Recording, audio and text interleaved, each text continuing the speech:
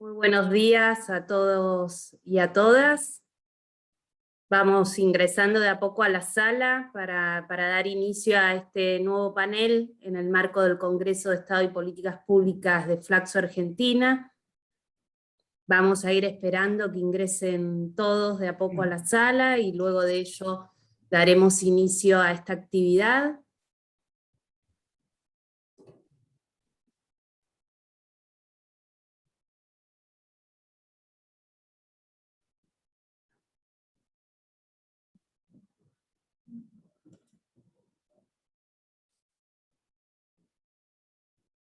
Bueno, ahí me parece que vamos a terminar de ingresar todas y todos en el día de hoy. Muy buenos días.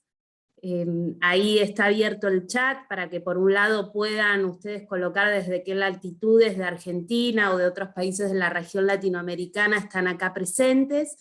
Y vamos a dar inicio a esta actividad que es organizada desde el Diploma Superior de Desigualdades y Políticas Públicas Distributivas de la Flaxo. Mi nombre es Roxana Mazzola y soy coordinadora académica de este diploma, y es una actividad que enmarcamos dentro del Congreso, el 6º Congreso de Estado y Políticas Públicas del área de Estado y Políticas Públicas de la Flaxo Argentina.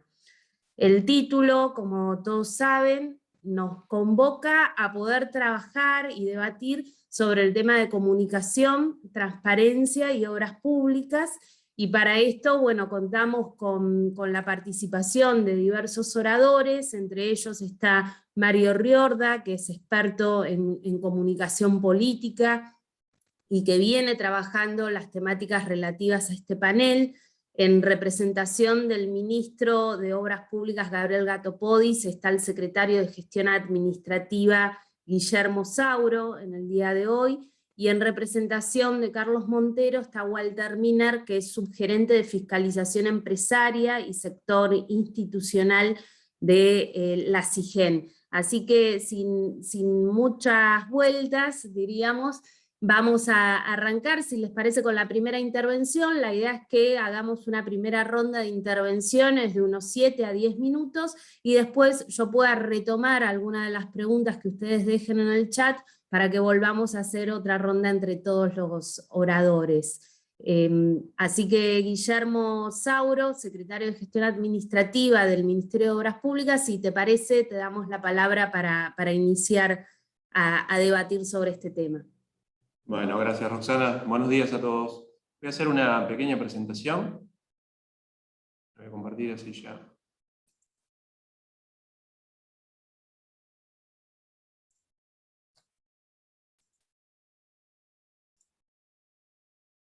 No, un tema importante, me parece, realmente dentro de la agenda de las políticas públicas, no es solamente el tema de la comunicación, la transparencia, como muchas veces se ve a veces como un factor separado de los temas de gestión, ¿no? Nosotros venimos planteando seriamente desde el inicio de gestión como una política del Ministerio, que claramente los temas de transparencia que a veces se manejan como una cuestión, decíamos, como separado, cumplimiento de determinados estándares de parte de los organismos vinculados al tema de la ejecución de las políticas públicas, y no como un modelo de gestión, ¿no? Yo creo que a veces ese es un gran error que se comete, y no entender que los modelos de gestión no están disociados de las políticas en materia de transparencia, de comunicación, de utilización de las herramientas de gestión, de tecnología de la información. Es todo lo contrario, ¿no? A veces esto que parece una cuestión disociada, y me parece que uno de los temas que se plantea, que tiene que ver con la perspectiva y el foco, digo, no hay una política pública hoy desde un punto de vista de gestión que sea eficiente, que sea transparente,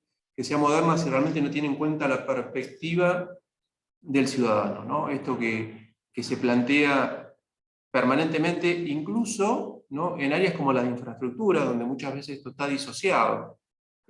Una de las cuestiones que hemos querido recuperar es entender que las políticas vinculadas a transparencia, que fundamentalmente tienen que ver con la ausencia de discrecionalidad en la toma de decisiones, y compartir de un modelo basado en una lógica de gestión que es la rendición de cuentas públicas, ¿no? Es decir, esto tan propio de cualquier área vinculada al desarrollo de las responsabilidades en materia de gestión, y en un componente tal vez tan crítico como la infraestructura, ¿no? Que en general esto no se ve tanto las cuestiones de impacto con otro tipo de políticas más vinculadas a las cuestiones sociales. Este desafío que nosotros nos planteamos en el Ministerio, entendimos desde el primer momento como definición del ministro, que tiene que ver con dos cuestiones. Primero, que nunca solo, ¿no? Cualquier política pública tiene que poder ser llevada adelante por parte de un ministerio, en nuestro caso, en articulación con la sociedad civil, en articulación con el resto de los organismos vinculados a las políticas públicas. Empezar a entender que las políticas de infraestructura no es solamente una obra de ingeniería, una obra de arquitectura, sino que es el componente de infraestructura de otras políticas públicas. Digo, por ejemplo, esto quedó muy claro en las cuestiones vinculadas a las respuestas al tema de la pandemia, es decir, la infraestructura sanitaria forma parte de una política clara de respuesta a los temas de salud, por eso la importancia también en vincular la definición a la hora de tomar decisiones en materia de inversión, con cuál es el impacto de esas políticas públicas, ¿no? En materia de temas de cuidado, de género, que han sido temas en los cuales hemos planteado muy fuertemente en la agenda del Ministerio. Pero esta primera definición, de que nunca las definiciones en materia de gestión pueden ser tomadas por los funcionarios en forma aislada, sino que hay que generar consenso, ¿no? Por eso una de las primeras herramientas que desarrollamos al inicio de la gestión fue el Observatorio de la Obra Pública, con participación de las universidades públicas y privadas de la Argentina, con participación de las organizaciones de la sociedad civil, con participación de las cámaras empresarias y de las uniones gremiales, ¿no? Esto de entender que cuando hablamos de políticas públicas lo que tenemos que buscar es definiciones claras, identificación de cuáles son las brechas de inversión en cada uno de estos temas, definir cuáles son los planes de infraestructura, que como tales tienen que ser planes estratégicos, ¿no? que realmente permitan evaluar cuál es el impacto después de esas decisiones en el mediano y largo plazo. Porque siempre las políticas de infraestructura son de mediano y largo plazo, ¿no?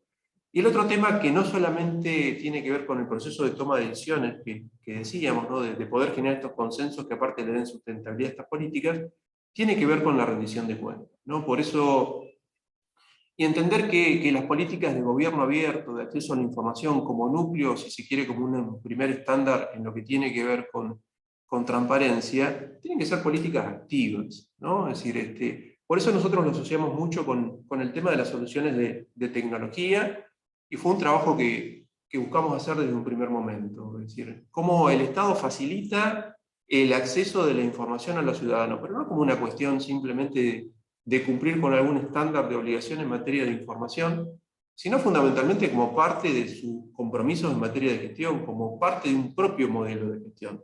Y en esto el tema de la comunicación es crítico, ¿no? Es decir, muchas veces se desarrollan herramientas que se ponen a disposición de la ciudadanía para acceso a la información y no se terminan utilizando, ¿no? Porque precisamente falla esto de la comunicación. Y entender que cuando hablamos de la rendición de las políticas públicas, no tiene que ser una cuestión formal o destinada a un determinado grupo o sector de la sociedad, tal vez más involucrado en esto, sino que es cómo podemos hacer llegar esa información a cada uno de los ciudadanos, ¿no? que se ven afectados muchas veces por la toma de decisiones en materia de inversión en infraestructura o no, pero aparte fundamentalmente poder explicar cómo es ese proceso de toma de decisiones, ¿no? Por eso muchas de las iniciativas que desarrollamos en el Ministerio han tenido que ver con esto, y en eso de que no solamente es con generar estos consensos a través de figuras como es el Observatorio de la Obra Pública, sino también ver qué es lo que están haciendo en otros países. Por eso también en el Ministerio de Obras Públicas en Argentina nosotros llevamos adelante evaluaciones con organismos internacionales, una evaluación de MAP, que es del modelo de contrataciones de obra pública, que es impulsada por el BID y el Banco Mundial. Digo, el proyecto que yo estoy mencionando ahora, que quiero utilizarlo más que nada como ejemplo de esto, ¿no? Que es el de mapa de inversiones, es un proceso que nosotros desarrollamos con el equipo del BID, ¿no? Y que está implementado en varios países de América Latina. Ahora, volviendo un poco a esto, me parece que el mapa de inversiones para nosotros que nos sirvió como herramienta que nos permitió poner en foco estas cosas, ¿no? Cómo buscábamos, ya no una rendición de cuentas porque alguien nos pidió un acceso a la información, sino cómo hacemos que la información del Ministerio, el proceso de tomas del Ministerio, lo conozcan cada uno de los ciudadanos. Entonces, las herramientas de tecnología son las que nos posibilitan esto, ¿no? Mapa de inversiones es un sistema de información geográfico, está basado en un sistema de información geográfico, está disponible en la página web del Ministerio, se puede acceder a través de cualquier tipo de aplicación, y donde nosotros logramos poner en una plataforma como mapa de inversiones información de todas las obras y proyectos que está llevando adelante el Ministerio en este momento,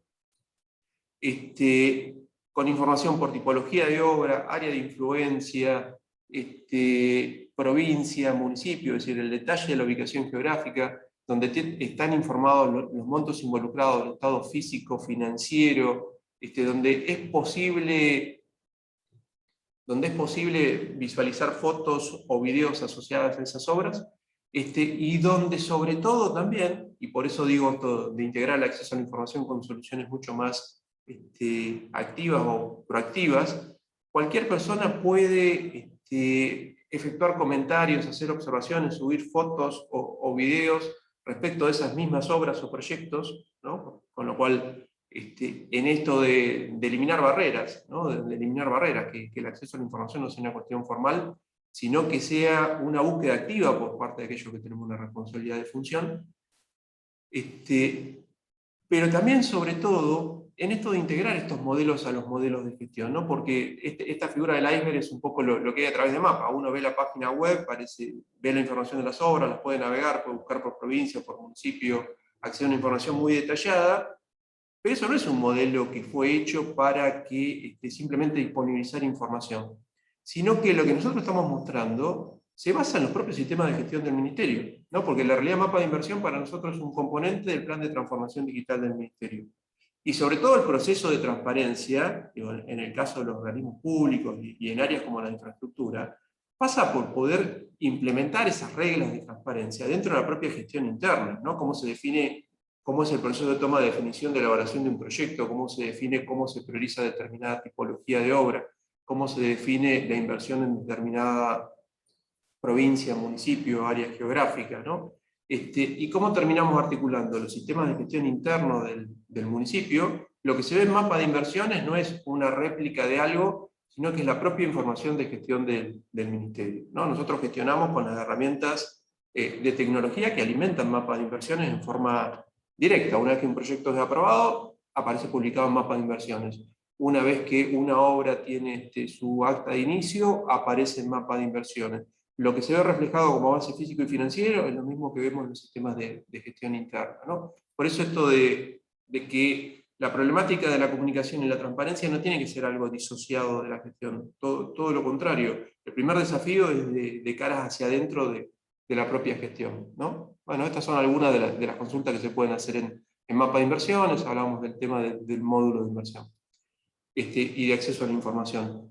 Y el comentario que yo les decía, nosotros mapa de inversión lo que posibilitamos es que la ciudadanía conozca y utilice las mismas herramientas que utilizamos nosotros a nivel de la gestión interna, ¿no? Es decir, nos parece que es crítico hoy todo el proceso de herramientas de tecnología de información, de herramientas de comunicación disponibles para cualquiera. Hoy es muy fácil, con cualquier celular uno puede acceder a una aplicación, registrar una fotografía, ver un sistema de información geográfico. Bueno, esas son las herramientas que queremos que se utilicen para la gestión, ¿no? Y de hecho buscamos eso.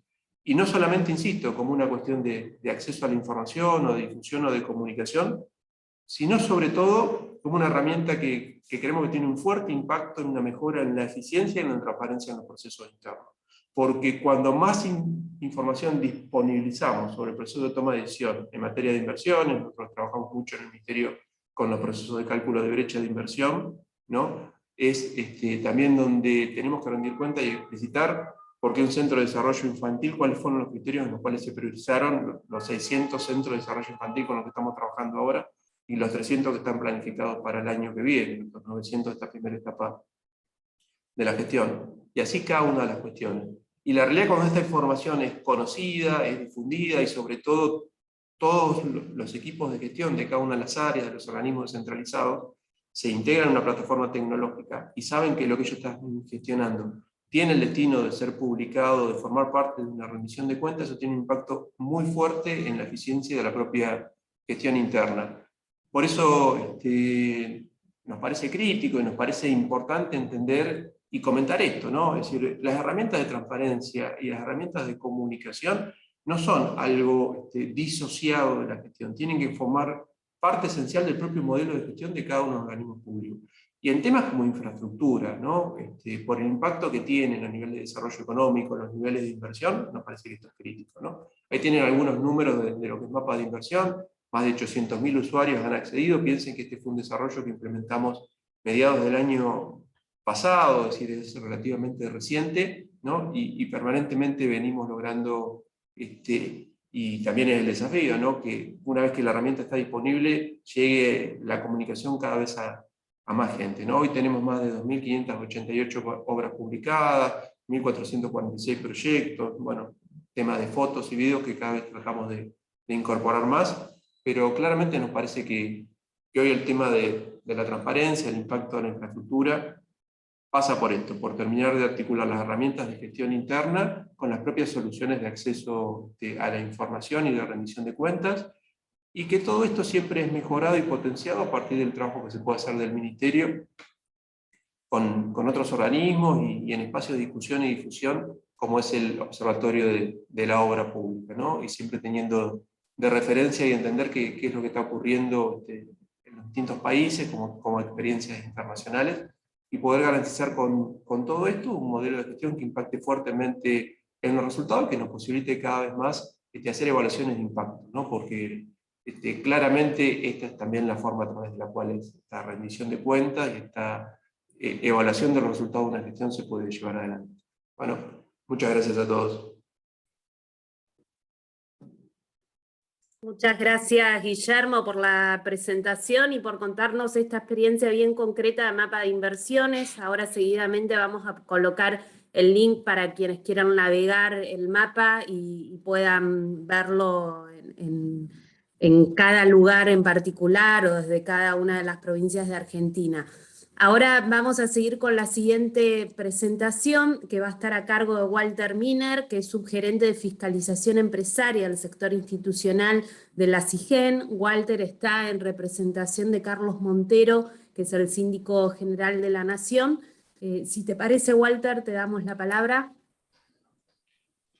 Buenos días a todos y todas. En primer lugar, quiero transmitirles el saludo y felicitación del síndico general, el doctor Carlos Montero, quien no puede estar aquí hoy por un compromiso imprevisto. Para mí es un honor participar del 6º Congreso Nacional del Estado y Políticas Públicas organizado por Flaxo, integrando este panel junto a un experto en comunicación como Mario Riorda, a quien admiro y tuve la oportunidad de escuchar en varias oportunidades, y a Juan Guillermo Sauro del Ministerio de Obras Públicas, un área muy difícil, de muchísimas complejidades, pero a la vez de gran impacto en el mejoramiento de la vida de los 45 millones de argentinos y argentinas. Quiero contarles particularmente qué es la Sindicatura General de la Nación, la SIGEN, y en qué cuestiones trabajamos para contribuir a la transparencia en la gestión de la obra pública. Somos el organismo de control interno del Poder Ejecutivo Nacional, que, como nuestra misión lo establece, tiene por objetivo contribuir a través del control al logro de los objetivos de todos los ministerios, organismos y empresas del Estado Nacional. Desde diciembre de 2019 consolidamos nuestra tarea como organismo de control a través de un trabajo en equipo con cada ministerio y del contacto directo que fuimos estableciendo con cada funcionario. Así empezamos un poco a modificar nuestro perfil y posicionamiento, porque tradicionalmente la SIGEN no era un espacio habitual donde los ministros asistían para intercambiar ideas sobre sus programas de gestión. Antes que nos atrape la pandemia, tomamos decisiones sustantivas para el desarrollo del control en los diversos organismos del Estado Nacional. Una de las más relevantes fue establecer que para desarrollar el cargo de auditor interno se debía contar con una experiencia de 5 años de ejercicio profesional y de 3 años de experiencia en funciones de auditoría. Al principio esta decisión nos generó algún tipo de conflicto porque no todos los aspirantes contaban con esa cantidad de años de experiencia en actividades de auditoría. Pero insistimos con esa decisión porque sentimos que especialmente esta pauta, este requisito, estaba muy asociado a jerarquizar el control y a fortalecer el Estado. Por otro lado, con una idea de base que la nación no termina en la General Paz y que el control debe ser absolutamente federal. Argentina es un país federal. Para los quienes nos acompañan de otros países, aprovechamos una herramienta que se creó en el año 2014 como la Red Federal de Control Público y la fortalecimos. La Red Federal es una asociación de 47 organismos de control provinciales y municipales, presidida por SIGEN, cuya finalidad es controlar efectivamente en todo el país el desempeño de los programas sociales implementados por el Poder Ejecutivo Nacional.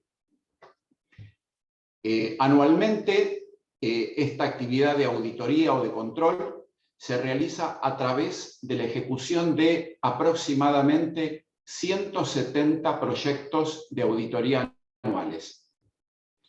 La red es un ámbito que integra y complementa las estructuras estatales de auditoría a nivel nacional, provincial y municipal. En total, llevamos adelante más de 20 encuentros virtuales en estos 2 años con todos los tribunales de cuenta y organismos de control de todo nuestro país. A partir de estas reuniones fuimos generando una relación realmente muy conveniente, donde intercambiamos experiencias, desarrollamos cursos de capacitación y firmamos distintos convenios para consolidar la tarea conjunta. En el marco de esa agenda, los propios ministros de la Nación se vincularon con los presidentes de los organismos de control provinciales. Uno de los más activos en este sentido fue Gabriel Catopodis, quien encabeza el Ministerio de Obras Públicas, una de las áreas más complejas y también centrales del Gobierno Nacional. Digo esto porque tenemos la convicción que un Estado que se pretende protagonista tiene que ser fuerte en materia de afianzar un esquema de obra pública transparente en el manejo de sus recursos. Así se construye un Estado presente, pero sobre todo un Estado mejor. En un sector crítico, como es el Ministerio de Obras Públicas, se demostró en estos casi 2 años, y pandemia mediante, por qué la transparencia debe constituirse necesariamente como el cimiento principal en la creación de un puente que resignifique la vinculación entre el Estado y los ciudadanos. Desde la SIGEN y a través del respaldo en la tarea que el ministro nos ha solicitado desde su primer día de trabajo, notamos que Argentina viene llevando adelante una agenda de obra pública y de contratación de infraestructura de niveles realmente superlativos, con la prioridad puesta en garantizar eficacia en las compras y contrataciones, pero además de eso, en comenzar a cerrar las históricas brechas infraestructurales que tiene nuestro país. Semanas atrás, desde la Sindicatura General de la Nación, organizamos una jornada para intercambiar propuestas e ideas sobre el fortalecimiento de la transparencia en la gestión de la obra pública.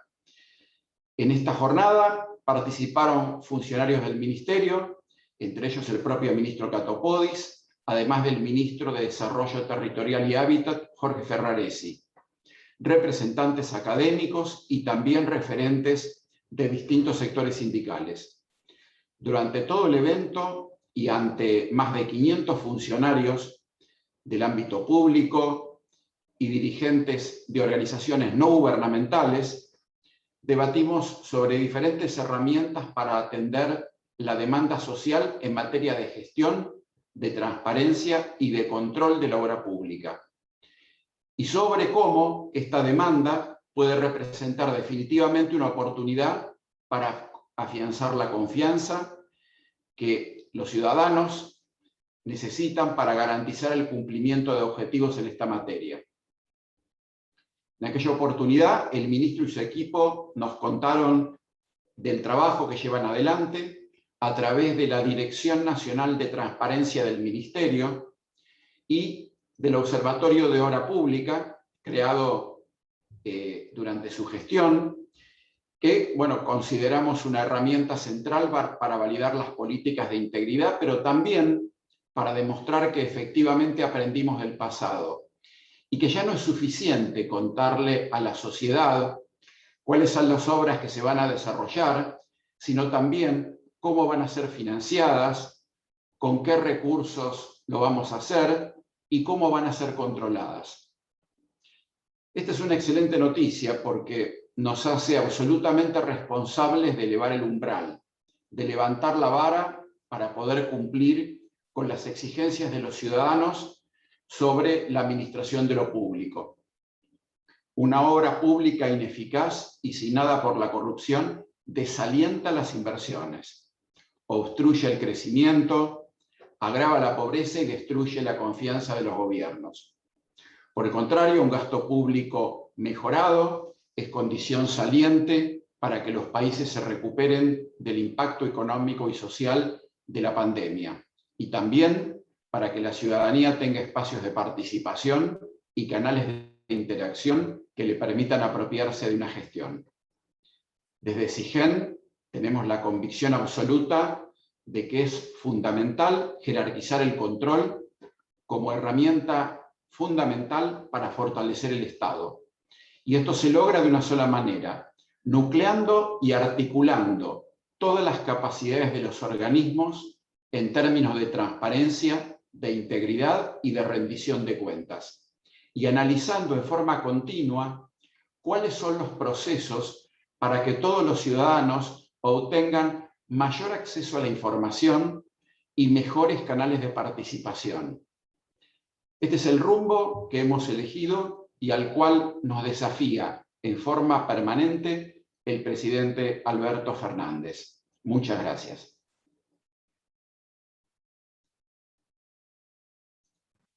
Bueno, muchas gracias, Walter, por tu intervención y por compartirnos lo que vienen desarrollando desde la SIGEN en estos años recientes y bajo un contexto bastante particular como es el de la pandemia del COVID, ¿no? Que muchas veces y a menudo gestionar es complejo, hacerlo en pandemia es aún más complejo, ¿no? Sobre estas temáticas.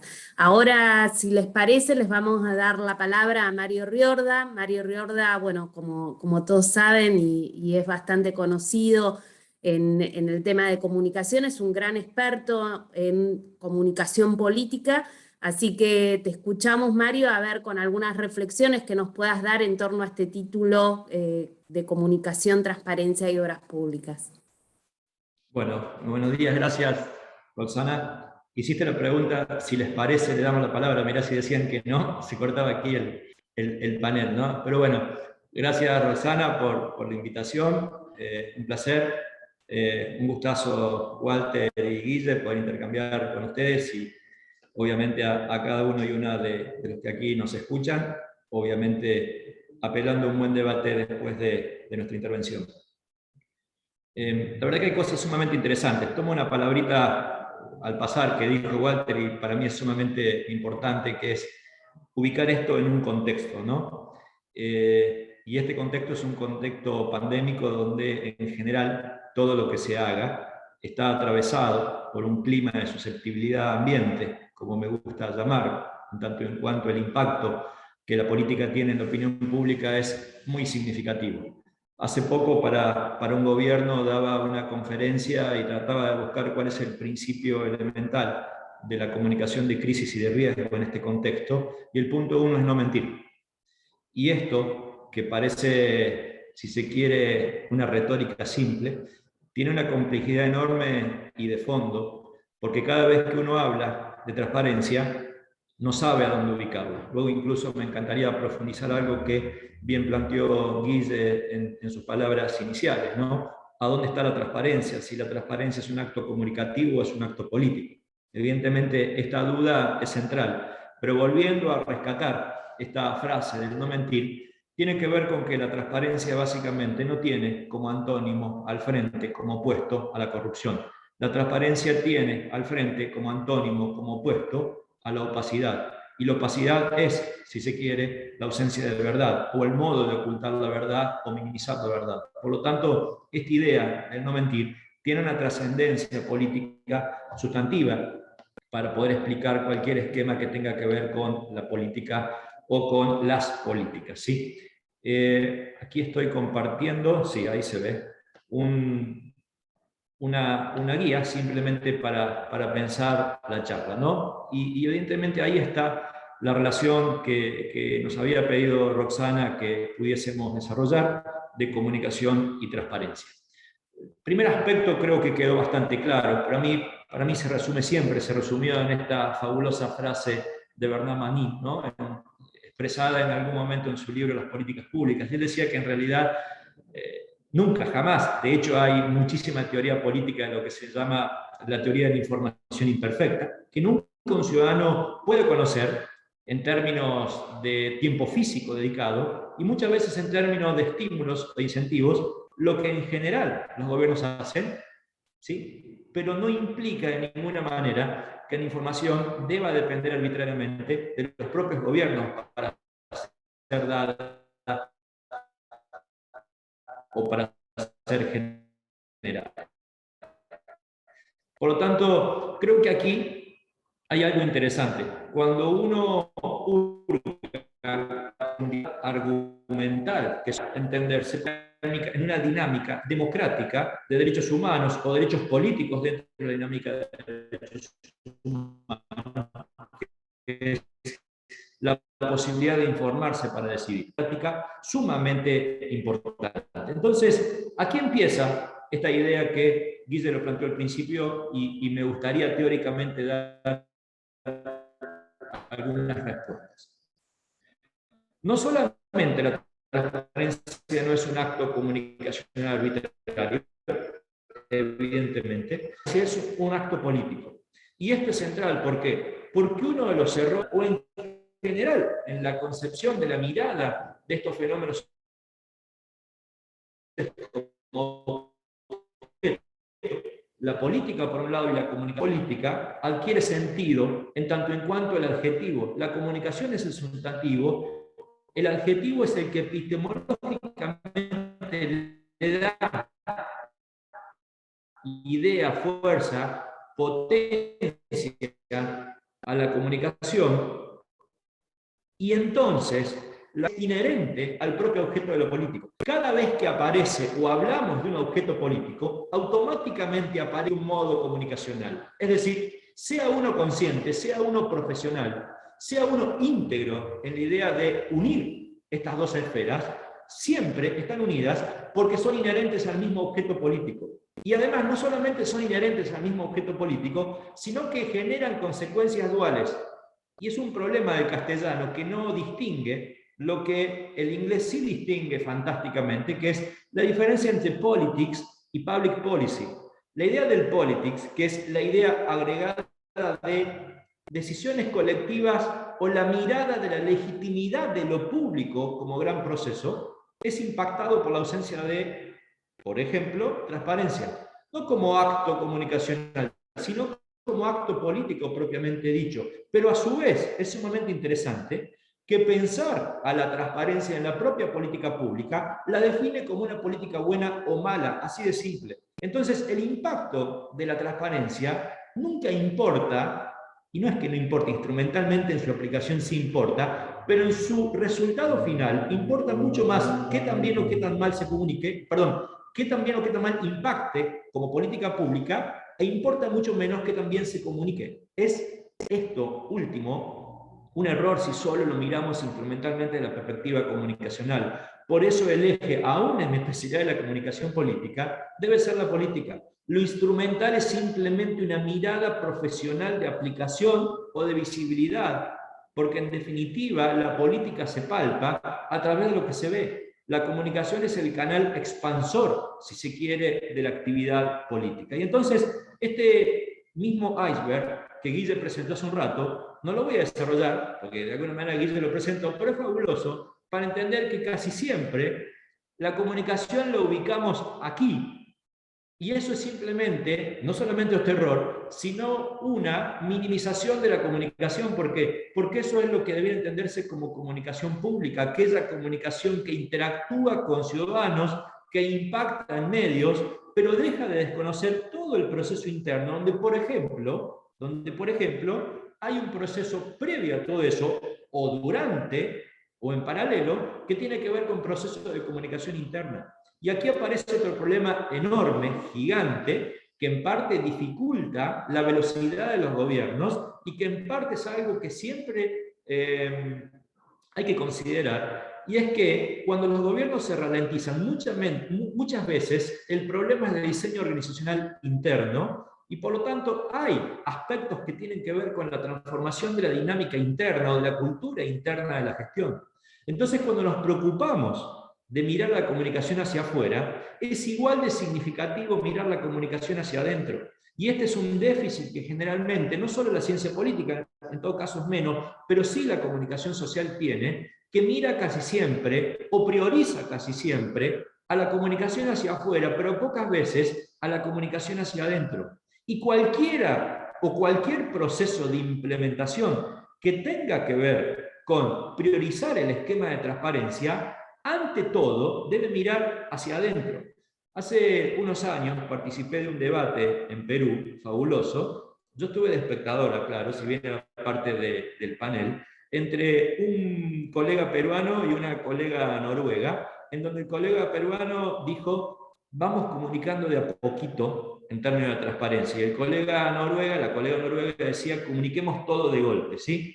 Técnicamente hay dos fenómenos culturales que chocaban ahí, pero me parece sumamente interesante que el Ministerio de Obras Públicas ha tomado, por decisión del ministro, pero obviamente también de Guille y de Roxana como responsables de estas decisiones, algo que, por ejemplo, cuando uno mira lo que es el mapa de inversiones como un fenómeno realmente importante, un antes y un después en la transparencia, en las políticas públicas que tienen que ver con infraestructura y obra pública, se determinó de un principio elemental, y no por elemental, deja de ser profundo, que es comunicamos lo que tenemos.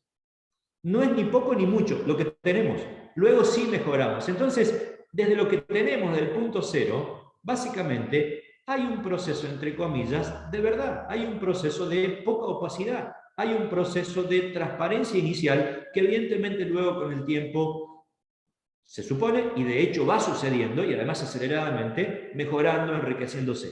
Ahora, es sumamente interesante entender que independientemente de que ya dejé atrás esta idea de diferenciación entre si es comunicación o política, porque es política, pero que además se hace pública, sí está claro que el proceso de transparencia requiere algunos requisitos sumamente importantes. Uno, la comparabilidad. Un problema enorme que tienen generalmente las políticas de transparencia es que no son comparables de modo adrede. No deja de ser un modo de opacidad. En la ausencia de comparabilidad, el dato se descontextualiza. Y esta, literalmente, es un problema que obnubila la calidad del dato. Segundo, la accesibilidad. ¿A dónde está la información y cómo puedo hacerme de ella?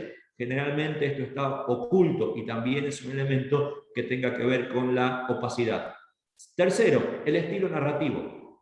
Generalmente gran parte de la transparencia está subsumida en un lenguaje sumamente técnico, lo que llamamos un tecnolecto incomprensible. Por lo tanto, también es un aspecto que hace la opacidad. Cuarto, el criterio pedagógico. No tengo ni idea qué cosa estoy leyendo. También es un criterio de opacidad. Y quinto, el proceso de convergencia mediática. El dato debe expandirse. Si además, por ejemplo, hablando del mapa de inversiones, que no es el único elemento que hace la transparencia, es un gran elemento que nos sirve, yo diría, de ícono para mostrar, es interesante que sirve en tanto en cuanto apela y entiende el proceso de convergencia mediática y por lo tanto lo hace expandible. Entonces, es sumamente interesante en estos elementos entender que, por ejemplo, si nos quedamos solo con el mapa de inversiones, el gobierno a través del Ministerio de Obras Públicas ha definido dos palabras, dos ejes centrales, que es la idea del conocer y la idea del controlar. Esto me parece sumamente importante porque claramente incorpora un elemento que no tiene simplemente que ver con dejar la información de modo asequible para quien quiera, sino básicamente garantiza, o por lo menos potencialmente está pensado, para que el feedback ciudadano reformule nuevamente, controle, cuestione los criterios que tengan que ver con las decisiones políticas. Entonces, es un elemento más, yo diría virtuoso en tanto en cuanto se siga profundizando y desarrollando, que tiene que ver con, uno, potenciar mejores criterios de decisión, es calidad de argumentos para definir la obra pública, es un elemento central. También es un elemento que literalmente puja contra la arbitrariedad histórica y es un proceso muy complejo que de a poco empieza a transformarse. Considerando evidentemente criterios políticos, digo, no hay ningún, de hecho el tecnicismo apolítico técnicamente es también un modo de definición política e ideológica. Por lo tanto, criterios políticos que en este caso tienen que ver con prioridad y valores definidos, ¿sí? En ese sentido, Roxana ha trabajado muchísimo en lo que tiene que ver con criterios de decisión que se van implementando también como una transformación cultural interna, con pujar, pelear contra las brechas, el concepto de la incorporación para decidir la infraestructura desde la ética del cuidado, ¿sí? Como un acuerdo de integridad de lo que significa una política pública de calidad. La idea de reducir brechas no tan solo territoriales y geográficas, que son sumamente obvias, sino brechas que tienen que ver con atender a cuestiones como, por ejemplo, la niñez, atender a la cuestión que tiene que ver con el género y, evidentemente, una que es transversal y se supone demasiado obvia, que tiene que ver con la pobreza. Por supuesto, también la incorporación de criterios de efectividad. Hay una palabrita mágica que recién Guillermo estableció, que es monitoreo, ¿sí? Y el monitoreo es control, pero también es medición. Uno de los organismos, el Coneval, más importante de México, tiene una frase, un eslogan que es fabuloso y deberíamos tenerlo todos aquellos que tenemos relación con lo público, que es: todo lo que no se mide no se puede mejorar, evidentemente. Porque lo demás es verso, lo demás son posturas políticas, pero no una evaluación de políticas públicas en sentido más criterioso. Entonces, de alguna manera, y ya para cerrar, lo que quiero manifestar es que, cerrando, hablando de cerrar y siendo redundante, no hay brecha, no hay grieta entre la mirada de la transparencia si está ubicada en la política y la comunicación. Es una mirada de decisión política con una aplicación técnica y con un modo de visibilidad que casi siempre está centrada en lo público, pero también quiero traer a colación que debe estar centrada internamente. Pensar en la transparencia no es tan solo abrir algo y que otros se embeban de ese algo en términos de información. Pensar la transparencia técnicamente es un proceso de transformación cultural que incorpora miradas de comunicación interna, este cambio cultural. Es un proceso que también necesita, aquí tenemos a elementos o a instituciones como Walter que representan la mirada del contralor interno, pero también hay contralor externo y también hay socios o stakeholders involucrados. Por lo tanto, esto es como una cruz, ¿no? Digo, por un lado el proceso de comunicación interna que luego se transforma en términos de comunicación pública, si nos va bien, pero también está atravesado lateralmente en procesos de cogestión. Por un lado decía todo lo que son socios y contrapartes, en este caso la obra pública, y por otro lado todo lo que son actores de medios, en tanto en cuanto es una comunicación pública particular. Casi siempre nos interesa mucho más aquello que tiene alta demanda pública, lo que ustedes ven en el cuadrante de la derecha, pero insisto, nunca hay que dejar de considerar que lo que hace a particularmente este elemento de resistencias y conflictos o el mapeo de actores claves está no tan solo hacia afuera, lo cual casi siempre, eso es obvio, existe, sino mayormente hacia adentro. Entonces, pensar la relación entre transparencia y comunicación es a secas un acto político que incide en lo público bajo ciertos requisitos, como dije, pero también incide en la transformación interna de la gestión o de la propia gestión gubernamental. Por eso me parece interesante que la transparencia funciona en tanto en cuanto es capaz de transformar literalmente la matriz cultural. Todo lo que no es eso es también un acto comunicativo, pero el más chiquito y el más reduccionista que simplemente se transforma en un acto publicitario. Eso, evidentemente, si es transparencia, es una transparencia en minúscula, chiquita y, si se quiere, opaca. Muchas gracias. Bueno, siempre Mario nos deja pensando en muchos temas y dispara muchas cuestiones con una disertación por demás impecable y completa, lo mismo la que realizó Guillermo al contarnos la experiencia de mapa de inversiones y lo que viene haciendo el Ministerio de Obras Públicas, así como Walter compartiéndonos los desarrollos de la SIGEM. Hay algunas preguntas que están realizando por el canal de YouTube, por ahí es bastante puntual, Guillermo, para contigo esa pregunta, porque lo que consultan es en la evaluación por resultados, qué indicadores de monitoreo de impacto toman, alguna evaluación hizo que modifiquen la planificación. Después, bueno, Walter capaz también quiere intervenir en torno a esta pregunta, y por otro lado, acá están dejando en el chat una donde dice qué importancia le adjudican, Walter, al rol de las unidades de auditoría interna durante la pandemia en cuanto a la contribución en materia de transparencia y vinculación con la sociedad. Y yo quisiera adicionar una más para poder hacerte la intervención por parte de cada uno de ustedes, y sobre todo Mario, respecto a lo que vos ves que son los retos centrales que tienen los funcionarios públicos para poder avanzar en lo que estabas planteando en tu disertación, ¿no? Así que si les parece, no sé, Guillermo, arrancamos por vos, después Walter y después Mario. Bueno, bárbaro. No, dos comentarios simplemente respecto de la consulta. Yo creo que cuando uno habla de evaluación de impacto, ¿no? La primera definición que uno tiene que tener en cuenta es que para poder llevar adelante una evaluación de impacto, tomo la frase que decía Mario, ¿no? Es decir, es muy difícil de evaluar aquello que no se puede medir, ¿no? La primera definición que hay que tomar es en realidad es cómo se planificó ese proceso de inversión, ¿no? Si ese tipo de obra, de infraestructura, de proyecto, en realidad respondía a dar solución a una brecha de inversión, ¿no? Temas de acceso al agua, al saneamiento son como muy claros en ese sentido. Y me parece que el primer desafío, particularmente a partir del punto en el cual nosotros nos encontramos, fue con esto, con clarificar cuáles eran los conceptos de toma de decisión en materia de brecha de inversión. ¿No? Por eso Mario mencionó parte del trabajo que viene haciendo el equipo de Roxana en el Ministerio, fundamentalmente, aprovechando que están hoy ordenando un poco el panel. Tiene que ver con esto, con definir cuáles son los criterios de toma de decisión en materia de inversión. ¿Y qué quiero decir con esto? Obviamente, cuando uno habla de un centro de salud, centro de atención primaria de salud, o centro de atención respuesta a la emergencia del COVID, el criterio fue claramente sanitario. ¿Cuál era la brecha de inversión que se quería cubrir en ese caso? Bueno, fundamentalmente tenía que ver con la falta de cobertura de los sistemas de salud o de respuesta a atención médica en esos casos. En el tema de agua y saneamiento, que es otro de los temas críticos que nosotros tenemos en el Ministerio como responsabilidad, el Ministerio de Obras Públicas en Argentina tiene una responsabilidad muy grande en todo lo que es el acceso al agua segura y el saneamiento. Claramente esa brecha de inversión tiene que ver con posibilitar que la población que no tiene acceso a los servicios esenciales pueda tenerlo.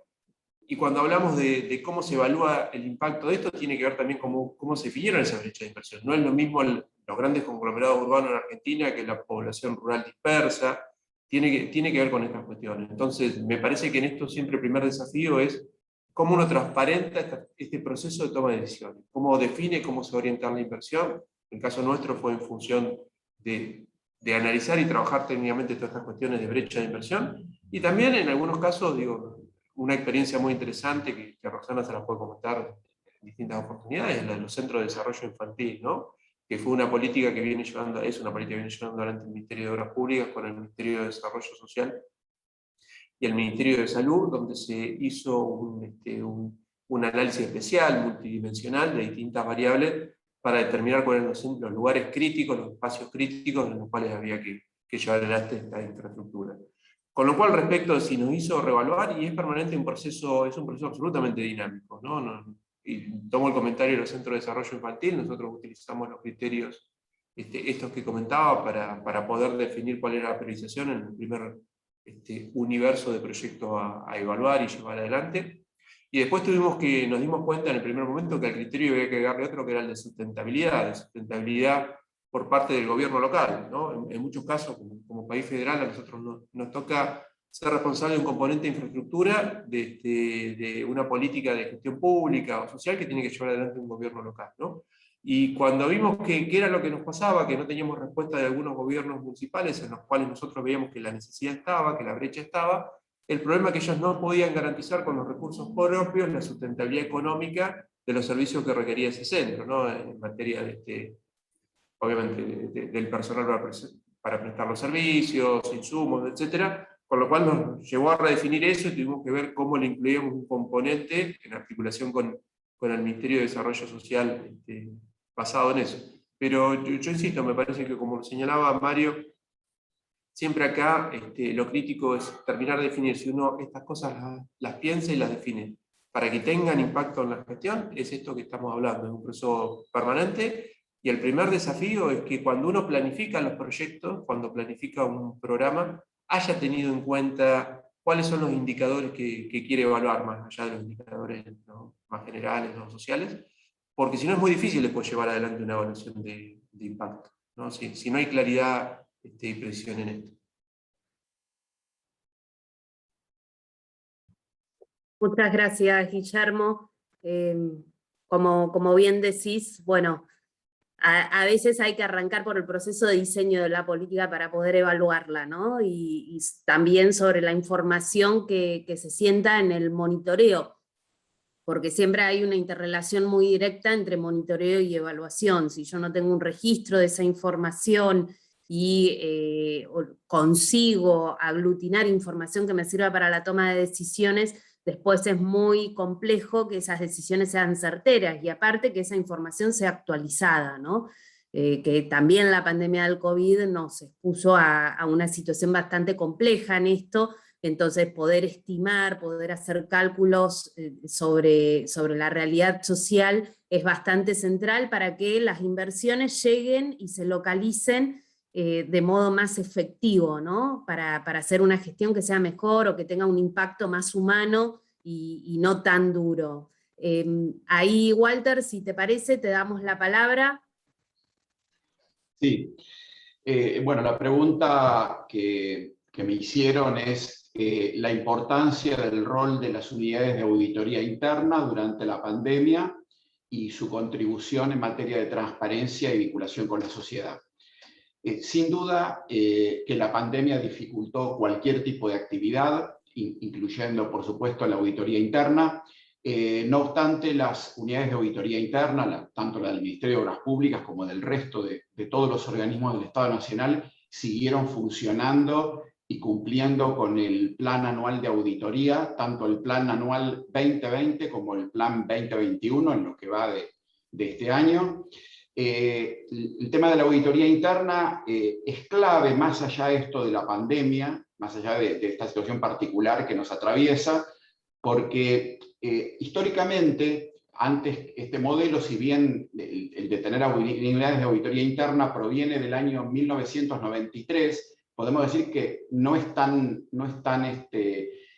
tan consolidado en cuanto al conocimiento de qué significa y qué agregado de valor tiene la auditoría interna en un organismo del Estado. Es un área clave para apuntalar a la gestión en cuanto verifica que las políticas públicas, los programas, tal cual fueron concebidos por las autoridades superiores, por las autoridades políticas, se están cumpliendo tal cual fueron imaginados y planificados. Esto no es menor porque de alguna manera claramente esto explica el vínculo íntimo que existe entre auditoría y gestión. No es alguien que está fuera y que de alguna manera ve las cosas y se limita a responder en forma binaria, esto se cumple y no se cumple, sino que además de señalar aquellos aspectos que quizás han tenido algún tipo de desvío sobre lo planificado, hace recomendaciones sobre cuál sería el mejor curso de acción para superar ese desvío. Sabemos que la gestión no es fácil diseñar a veces un programa de gobierno, escribirlo, incluirlo en un decreto, pero no es nada fácil llevarlo a cabo, o sea, arrancar de la nada, digamos, ¿no?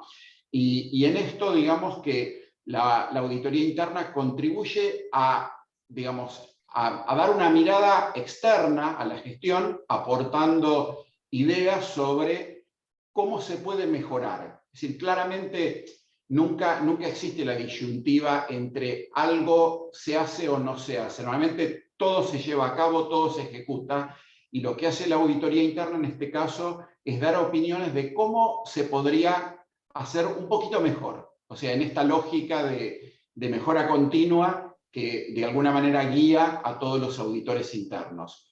Insisto, la pandemia dificultó la tarea, pero las unidades de auditoría interna siguieron trabajando. Claramente es un área interna de la organización, o sea, no se vincula con los ciudadanos en forma directa, sino que contribuye indirectamente a través de sus opiniones y sus recomendaciones para fortalecer los programas. Es un aliado clave de la autoridad política para indicarle qué oportunidades de mejora tiene en su propia organización. Y aprovecho para agregar un ámbito que no lo incluí en la exposición, que son los comités de control. Los comités de control son un ámbito ad hoc que funciona en cada organismo del Estado Nacional. En cada organismo hay un comité de control. ¿Y qué es esto? Es un ámbito donde se reúnen desde el ministro, sus principales funcionarios, el auditor interno y algunos representantes de la Sindicatura General de la Nación, con el fin de analizar los informes de auditoría y de ir analizando e ir monitoreando un poco cómo se fueron solucionando las distintas oportunidades para mejorar. Es decir, cómo se fueron concretando las distintas iniciativas que surgieron a partir de los informes de auditoría. Y estos comités de control también siguieron funcionando exactamente igual que antes de la pandemia. Por supuesto en forma remota, pero el ritmo de reuniones se mantuvo, los participantes estuvieron todos presentes, tanto desde el lado de la gestión como del lado de la auditoría.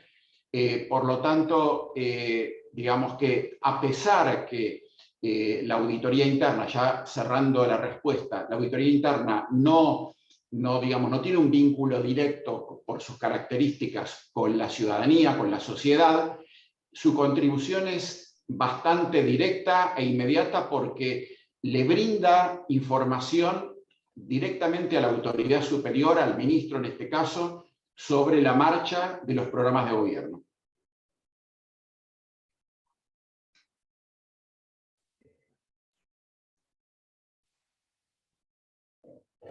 Bueno, ahora si les parece, Mario, ahí hay otra pregunta que también están realizando en el chat, que es en el momento actual en que el gobierno nacional tiene desplegada obras en todo el país con una impronta federal, pocas veces vista, y a la luz de los resultados electorales, ¿existe un déficit de comunicación de dicha agenda o la agenda de la población está en otras cuestiones? Bueno, nada, esa se adiciona a la otra que yo te hacía de los retos que vos veías y que seguramente la vas a poner en relación para los funcionarios en relación a estas temáticas. Bueno, le vamos a meter un poquito de coyuntura para no perder la costumbre. A ver, es sumamente interesante que la calidad de la representación en una mirada politológica o sociológica no necesariamente tiene que ver con la calidad de la gestión. Depende del ambiente cultural a donde la gestión y la representación se dé, y por lo tanto esa evaluación es netamente cultural. ¿Por qué digo esto? Porque el proceso de reforma en todo lo que tiene que ver con profundización de reformas asociadas a políticas de transparencia es lo más parecido a un dogma de fe, a un intento construccionista de cambio cultural, ¿sí? Que no estamos, o quienes gestionan no están obligados a hacerlo, ¿sí? Sino que es simplemente una convicción el querer hacerlo o no. Se me ocurre muchas veces que el modo de razonamiento respecto de reformas o políticas de transparencia es bastante equivalente al de reformas de los sistemas electorales. Si estoy muy bien, ¿para qué voy a reformar si estoy muy bien? Si estoy muy mal, ¿para qué voy a reformar si estoy muy mal? Me perjudicaría más. Entonces fíjense que hay un criterio inercial, literalmente eso, inercial, de manutención de una rutina del poder acumulado como mucho, o del poder faltante como poco o como carente. Por lo tanto, creo que es bastante difícil establecer o delimitar lo que la escuela francesa de administración suele establecer como la escogencia de la oportunidad. ¿Cuál es el criterio que me lleva a definir como criterio de oportunidad política el establecer unos procesos de transparencia? Porque no son gratuitos. Porque en el arranque, por ejemplo, hubo debates que los viví, que por ejemplo Guillermo y Roxana tuvieron sobre si había 770 obras, por citar un valor inicial de la cantidad de obras expuestas, ¿sí? Que tenía que ver con que probablemente a muchas obras, especialmente alguna obra que estaba paralizada de otro gobierno, había que comunicarla o no, porque no había información imperfecta. Y cuando uno comunica, mucho actor opositor o mucho actor periodista pone el foco probablemente en una, dos o tres obras que, entre comillas, puedan estar incompletas en términos de información y no en las 774. Y eso no es justo ni injusto, son parte de las reglas de juego. Entonces, lo que quiero decir es que el proceso de transparencia parte de una convicción inicial. Creo que en parte hay una dimensión ideológica de fondo, que es romper contra una inercia que tiene que ver con un conservadurismo. Entendamos que el conservadurismo tiene siempre dos principios fundamentales que lo sostienen. Uno, la tradición, y el otro, la herencia. ¿Sí? La tradición es porque lo vengo haciendo, lo sigo haciendo. Me compete seguir haciéndolo así. Entonces, me parece que es romper una inercia conservadora y animarse por una cuestión de convicción democrática, cultural, de integridad pública, a ir hacia un escenario donde no va a ser todo color de rosa, donde no van a ser mieles, entre comillas, donde va a generar dolor de cabeza, pero donde probablemente sí impacte y sea significativo la comprensión de que seguramente todo lo que tenga que ver con opacidad en primer término, y luego con la potencialidad de que la opacidad lleve a corrupción, cobre un sentido en la mirada pública y sí termina afectando la representación. Creo que es evidente y todos sabemos lo que significó, quienes estudiamos crisis de la comunicación, uno de los hitos históricos fue en su momento la renuncia de la primera ministra noruega cuando compra, literalmente, un paquete de goma de mascar, una estación de servicio y paga con una tarjeta de crédito pública de alguna manera, se olvidó de rendir cuentas y eso, que significaron algo así como 9 euros, si no me equivoco, generó su renuncia. Hace un ratito, mientras nosotros hablábamos, acaba de hacerse público que Sarkozy se financió ilegalmente. Esto impacta en la representación. Hay una cultura política donde este elemento asociado a la ausencia de transparencia, en opacidad en primer término y en corrupción en segundo término, como opción máxima donde puede derivar la opacidad, tiene un sentido e impacta en la representación. Culturalmente todavía estamos lejos de eso. Culturalmente todavía la idea ¿sí? del roba por base fue muy premiada, y no solamente en Argentina, sino en gran parte de América Latina. Esta idea ejecutivista al cual le admito que por cuestiones culturales puedan ser no solamente opacos, sino corruptos. En esta definición, creo que me parece sumamente loable, independientemente de hasta dónde llega, y siempre hay límites en las capacidades estatales, pero entendiendo como proceso que se inicia y se va a ir mejorando con el tiempo, lo que está haciendo el Ministerio de Obras Públicas, porque no está obligado a hacerlo, así de simple, pero está decidido a hacerlo. Entonces, también es interesante que hay juicios que tienen que ver con salir de la zona de confort, de esta inercia, simplemente porque uno quiere pujar en una esfera de cambio cultural. Ahora, ya que hablé de una expresión muy chiquitita para quien no viene del área de la ciencia política, específicamente de la comunicación política, hay una palabrita mágica que es construccionismo. El construccionismo básicamente es la capacidad de construir patrones culturales en el cual nos desenvolvemos. Ningún proceso de construccionismo se desarrolla en tiempos menores a una década. Entonces también es interesante que este proceso ha venido para quedarse, independientemente de si sigue este equipo o si sigue cualquier otro equipo. Y eso me parece loable. Y entonces la pregunta es, ¿qué motiva? Un aspecto cultural de que en definitiva la opacidad también tenga impacto claramente en la representación política. Y lo segundo, no lo quiero evadir, que es si hay un problema comunicacional, en primer término hay un problema político de jerarquización comunicacional. Y sí lo hay, desde todo punto de vista. hay una tentación bien interesante en los gobiernos, muy curiosa por cierto. Convengamos que no solamente son de los gobiernos, sino de los equipos técnicos, preferentemente de asesoría o publicitario de los gobiernos, que cuando un gobierno tiene déficit de consenso, la cantidad de déficit pónganlo ustedes, no tengo por qué decirlo, para algunos es mucho, para otros es poco, pero evidentemente sí hay algo de déficit de consenso en este gobierno. En vez de jerarquizar cuestiones comunicativas, entiéndase cuestiones políticas, lo que hace es una especie de ametralladora donde tira, hace público, y en el ejercicio comunicacional público literalmente hay, así de simple, un proceso de desjerarquización. Antes de perder la elección en el año 2019, el gobierno de Mauricio Macri, esto fue en marzo, una encuesta, la elección fue en agosto y la elección general fue en octubre, la primera en agosto, pasó algo bien interesante. El 50% cuando se le preguntaba cuál era la principal política pública del gobierno, decía no sabe, no contesta, y el 30% nada. Un 80% que no tenía in pectore una manifestación de la política pública. Evidentemente hubo una ausencia de jerarquización y el gobierno intentó reaccionar comunicando mucho y de todo. Creo que en gran parte la reacción de este gobierno es bastante parecida en la idea de salir a comunicar mucho y de todo. Entonces, ¿hay un problema de comunicación? Sí, de no jerarquizar, entre otro tipo de cosas, políticas públicas como la obra pública, que tienen federalización, que tienen una transparencia incluso comparativa mejor que lo anterior y que se está moviendo. Entonces, sí, definitivamente sí, la respuesta es redundantemente sí. Bueno, muchas gracias, Mario. Ahí estaban realizando algunas consultas. Por un lado, estaban preguntando si en las obras públicas cumplen con la ley de transparencia, publicando las acciones del organismo. Ahí, Guillermo, si querés reafirmar algo que compartiste por ahí en la presentación previamente. Y por otro lado, había un comentario respecto a si el ministro Gatopodis y tanto Montero, porque no están en el día de hoy.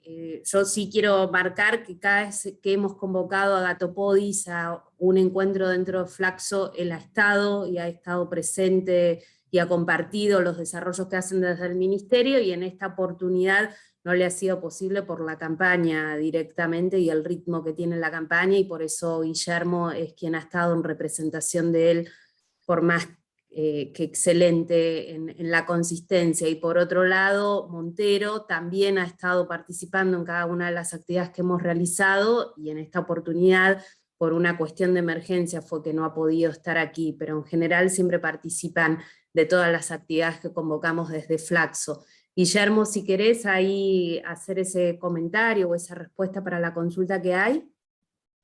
Sí, en general yo creo que lo aclaré eso. Nosotros, el foco que tenemos en el ministerio, y un poco retomando cierta idea de lo que señalaba Mario, es nosotros tomamos todo el tema de la comunicación y de la rendición de cuentas y de la información de gestión del ministerio como un desafío permanente dentro de la gestión, ¿no? Nosotros cumplimos con todos los estándares y todas las normativas que existen dentro del Gobierno Nacional, dentro de la Administración Pública Nacional en materia de rendición de cuentas. Digo, eso lo pueden ver en la página web del propio Ministerio, en la pestaña de transparencia está absolutamente toda la información que de acuerdo al marco normativo nosotros tenemos que publicar, digo, tanto de los funcionarios como de las acciones del gobierno, como de las obras, presupuestario y demás, y todo el set de datos que tenemos en datos abiertos.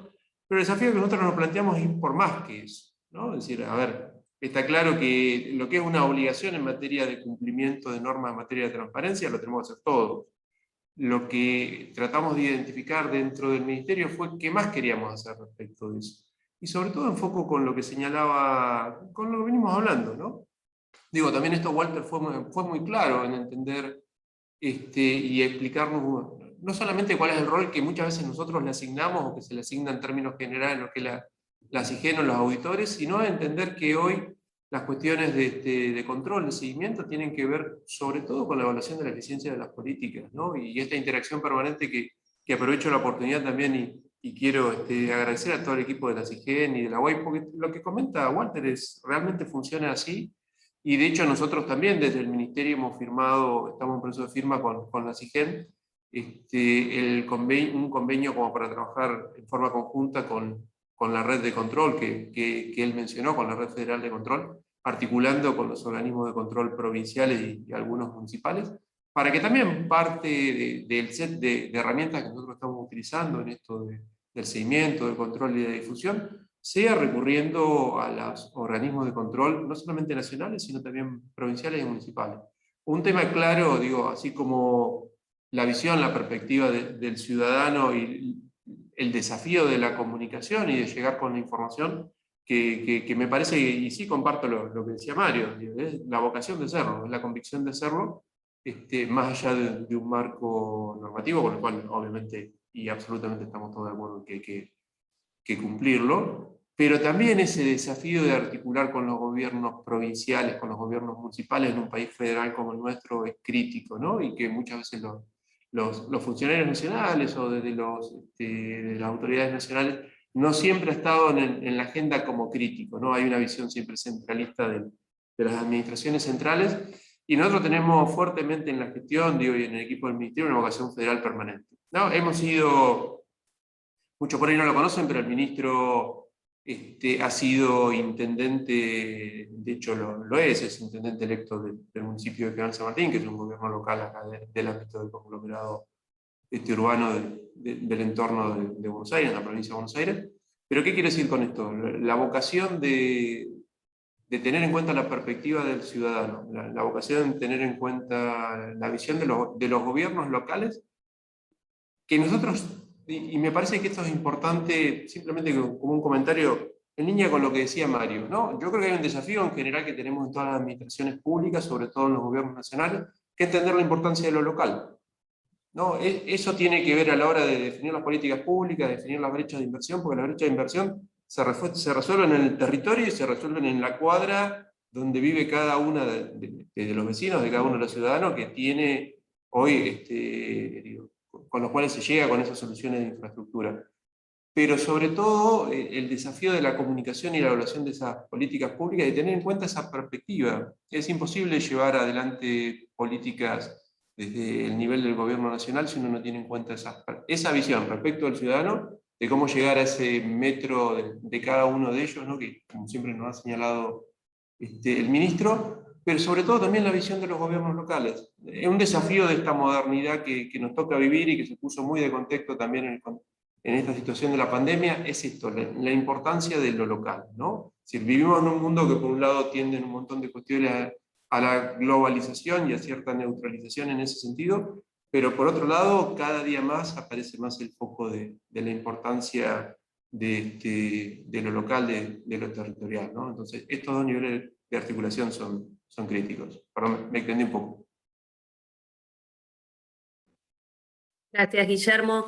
Si les parece, vamos a ir cerrando la actividad en el día de hoy, y sí les propongo una última palabra que puedan tener Walter y ahí Mario Riorda con una última reflexión de cierre. Están conectados desde la ciudad de Buenos Aires, desde Córdoba, desde Escobar, dentro del conurbano bonaerense, también desde Tierra del Fuego, bueno, de otros países de América Latina como México, Ecuador y Colombia. Se ha debatido en el día de hoy sobre un eje central, que es cómo podemos vincular el tema de la comunicación, la transparencia y obras públicas, y cómo hay una interrelación entre todo este proceso y que tiene que ver con un cambio que requiere darse de manera continua y como proceso, no como marketing político, que era una de las cuestiones que allí nos marcaba Mario Riorda, sino como proceso de construcción dentro de la propia agenda de los gobiernos, para poder generar una reactivación en el marco de la pandemia que sea una idea central de reactivar mejor, ¿no? Hubieron diferentes aportes que realizó por un lado Guillermo Sauro, contando la experiencia de mapa de inversiones y los desarrollos que hace el Ministerio de Obras Públicas. Walter Miner también compartió toda la experiencia que se viene desarrollando en una óptica más federal también desde la CIGEN, y Mario nos aportó diferentes elementos y argumentos para poder analizar y reflexionar mejor sobre cuál debe ser la práctica tanto de los funcionarios públicos como desde la academia, de quienes están hoy aquí escuchando o que participan en procesos políticos gestión de políticas públicas para cuando queremos acercarnos a estas temáticas, ¿no? Así que si les parece, Walter, te doy una última palabra para un saludo final, ya que Guillermo también tuvo la intervención, y después por parte de Mario, así nos cerrás con unas últimas palabras. Gracias. Gracias, Roxana. Bueno, la verdad, lo quiero destacar ya no solamente desde el punto de vista de la auditoría, de la fiscalización, que de alguna manera es nuestro negocio, es nuestra industria, sino quiero, la verdad, reconocer el compromiso del Ministerio y también del Ministerio de Hábitat, por supuesto, y en general se nota en los últimos tiempos un gran interés por la tarea de auditoría, que no es habitual, porque muchas veces el funcionario que está en la gestión mira la auditoría, sea a nosotros, que somos un órgano externo, o a la propia unidad de auditoría interna de su propio organismo, lo mira como algo que lo viene a complicar, que le viene a molestar, y la verdad que en los últimos tiempos esto, digamos, se ha revertido claramente. Valoro el interés que tienen por los resultados de nuestro trabajo, o sea, interesa realmente cuáles son las conclusiones de nuestra tarea como auditores, y eso para nosotros es como que, bueno, implica un respaldo concreto y una motivación para seguir adelante. No hay nada más frustrante para alguien que hace auditoría, que es el desinterés de la contraparte, y la verdad que esto claramente en este momento no se da, o sea, de alguna manera estamos siendo socios de alguna manera en cuanto a poder contribuir y recibiendo una gran receptividad por parte de los funcionarios. Así que la verdad creo que es la mejor manera que alguien que hace auditoría, que controla, puede contribuir. Es decir, cuando quien es el funcionario responsable de alguna manera acepta este rol, lo comprende y entiende cómo puede beneficiarse de nuestro trabajo. Así que la verdad, un reconocimiento bueno, no solamente al Ministerio en sí mismo, sino a los organismos que dependen, a Vialidad Nacional y a todos los organismos que dependen directa o indirectamente. Muchas gracias, Walter. Mario. Yo me quedo con una última reflexión que no deja de ser interesante. Aquí me voy a posar solamente en la faz pública de la política, es decir, solamente en la comunicación. Hace muy poquito tiempo salió un estudio, yo creo que, me olvidé la revista ahora, si no me equivoco es en el Journal of Political Communication, que es la principal revista de comunicación política del mundo. Era una investigación realizada en Berlín, sumamente interesante, sobre la bajísima efectividad de la comunicación en el mundo digital, con el nulo impacto. De hecho, un subtítulo que el propio paper tenía era literal, esto que voy a decir, efectos cercanos a cero, ¿sí? Que es básicamente toda la publicidad digital, preferentemente que las instituciones, pero también los gobiernos invierten en banners, en los medios digitales, ¿sí? Donde entra pero muy poca gente. De hecho, una estimación promedio es 1 en 800, en lo que son fenómenos de hipersegmentación. ¿Qué significa? Que me tienen que ver 800 personas para que solamente uno accede. Dentro de esa nada misma, y este dato que es impactante desde todo punto de vista, probado en aproximadamente 32.000 ofertas de banners específicos que se hicieron, hay un dato que me llamó poderosamente la atención. Y uno dirá, bueno, es Alemania y lo que fuere, pero de verdad me llamó poderosamente la atención.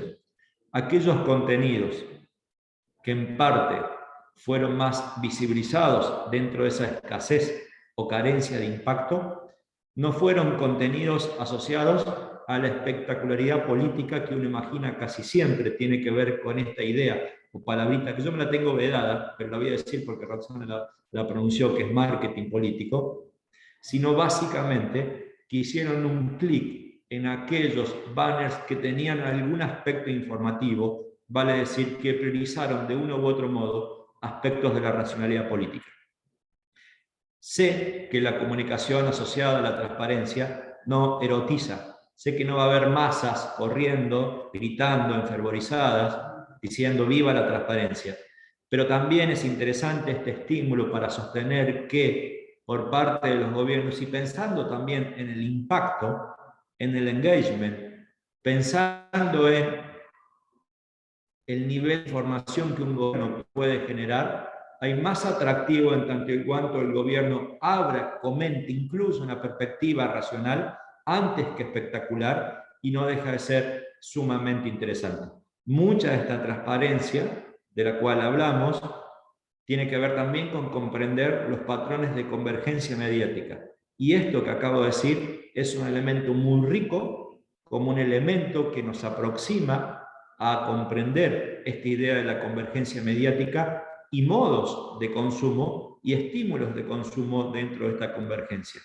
Entre tanto show, entre tanta espectacularidad, entre tanto clivaje no profundizado ni debatido, que un poco de racionalidad sea consumida, y ojalá fuese elementos o tengan que ver con elementos de transparencia, me parece que es un aporte interesantísimo a la palabra más linda que la comunicación política pueda generar, por lejos la más linda, la más bella, que es legitimidad, legitimidad pública. Bueno, muchísimas gracias, Mario. Nos quedamos con esta última palabra, ¿no? Vinculada al proceso de legitimidad al cual tiene que contribuir todos los procesos de transparencia, en especial en un sector tan caracterizado tanto en Argentina como en América Latina por el oscurantismo, ¿no?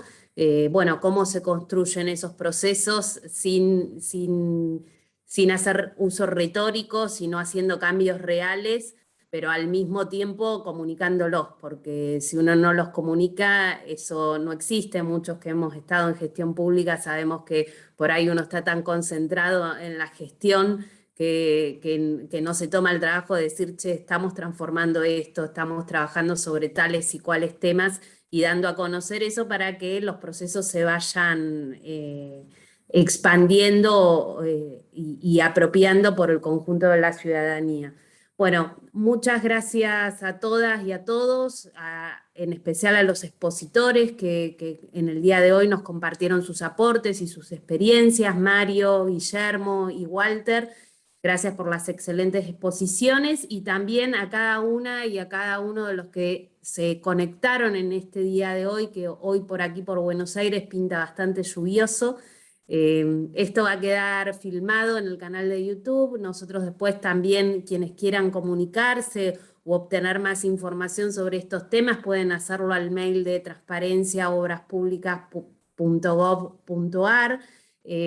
Esta actividad se realizó en el marco del Diploma de Desigualdades y Políticas Públicas Distributivas de la Flaxo, que es un posgrado que viene trabajando todos los temas de impacto, sobre todo, y de indicadores socioeconómicos dentro de la Argentina, así que también los invitamos a que visiten en la página web de Flaxo a nuestro diploma, donde allí van a encontrar todo el corpus docente que tiene y los contenidos de formación. Bueno, cerramos con esto esta actividad del 6º Congreso de Estado y Políticas Públicas y continuamos con otros paneles. Muchas gracias.